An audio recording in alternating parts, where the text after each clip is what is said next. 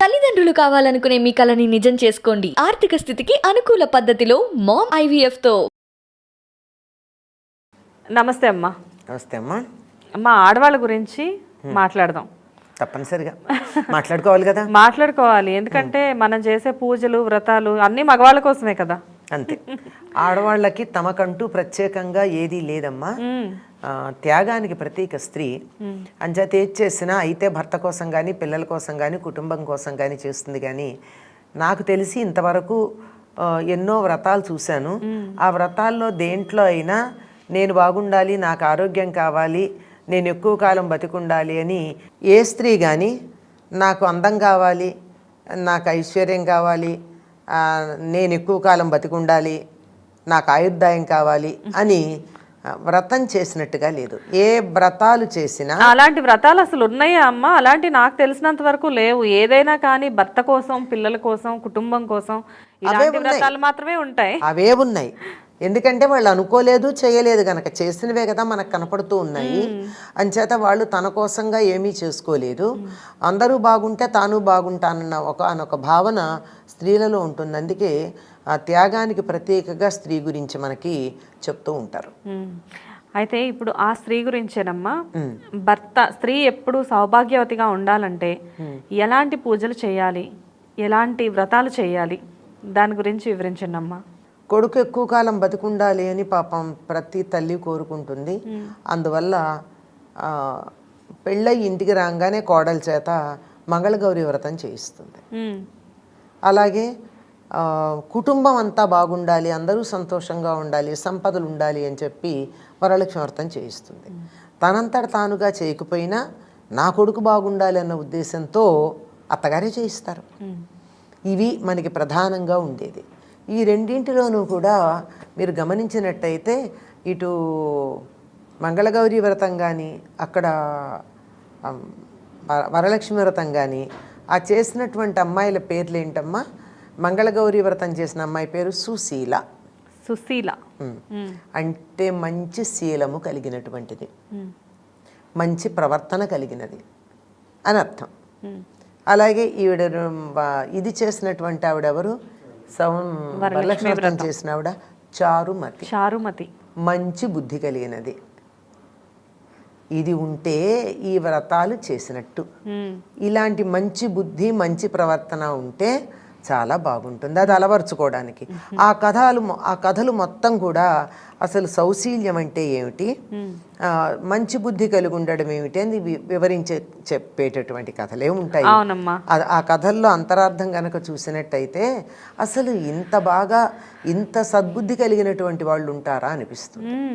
అత్తామామల్ని సేవించుకోవడం, అమ్మవారి కల్లో కనిపించడం, వ్రతం చేయమని చెప్పడం, ఇలాంటివన్నీ కూడా వింటుంటే నిజంగానే అలా జరుగుండేదా అప్పట్లో అని చెప్పేసి అనిపిస్తూ ఉంటుంది.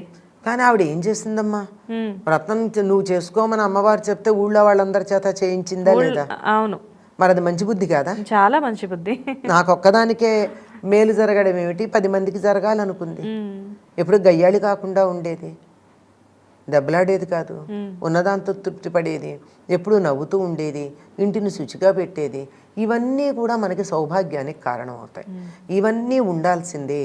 ఇవన్నీ ఉన్నప్పుడు మాత్రమే స్త్రీలు సుమంగళులుగా ఉండడం కానీ, సౌభాగ్యంతో ఉండడం కానీ, కుటుంబం బాగుండడం కానీ మనకి కనపడుతూ ఉంటాయి. అయితే అమ్మ, సౌభాగ్యం వ్రతంతోనే కాకుండా ఇంకేమైనా కానీ, అంటే నోములు కూడా ఉంటాయి. నోములు కానివ్వండి, లేకపోతే ఇంట్లో ఇంకేదైనా పూజా విధానాల ద్వారా కూడా మన సౌభాగ్యాన్ని పెంచుకునే అవకాశం ఉంటుందా అమ్మ? అంటే ఈ మధ్యకాలంలో చాలామంది లలితా సహస్రనామం చేస్తున్నారమ్మా. నిజానికి అది చేస్తూ 100 తప్పులు చదువుతూ చేస్తే అది ఫలించిందంటే, తప్పులతో ఫలించిందంటే మనకి ఎంత ఉపయోగం ఉంటుందో ఆలోచించాలి. అంటే చాలా మంది ఈ కాలంలో తెలుగు చదవడం మర్చిపోతున్నారు.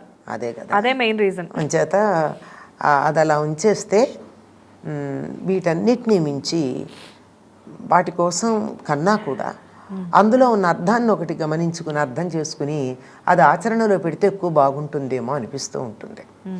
దానికన్నా మించి ఇంత చదివినా చదవకపోయినా ఒక్కటి, సర్వమంగళ మాంగళ్యే శివే సర్వార్థ సాధికే శరణ్యే త్ర్యంబకే గౌరీ నారాయణి నమోస్తుతే. ఈ ఒక్కటి గనక చదివినట్టయితే సమస్తమైనటువంటి శుభాలని ఇచ్చేటటువంటి ఓ గౌరీ, ఓ నారాయణి, నారాయణుని యొక్క సోదరి, నీకు నేను నమస్కారం చేస్తున్నానని అమ్మవారికి గనక ప్రార్థన చేసినట్టయితే మీరన్నట్టు సౌభాగ్యం ఎక్కువ కాలం ఉంటుంది.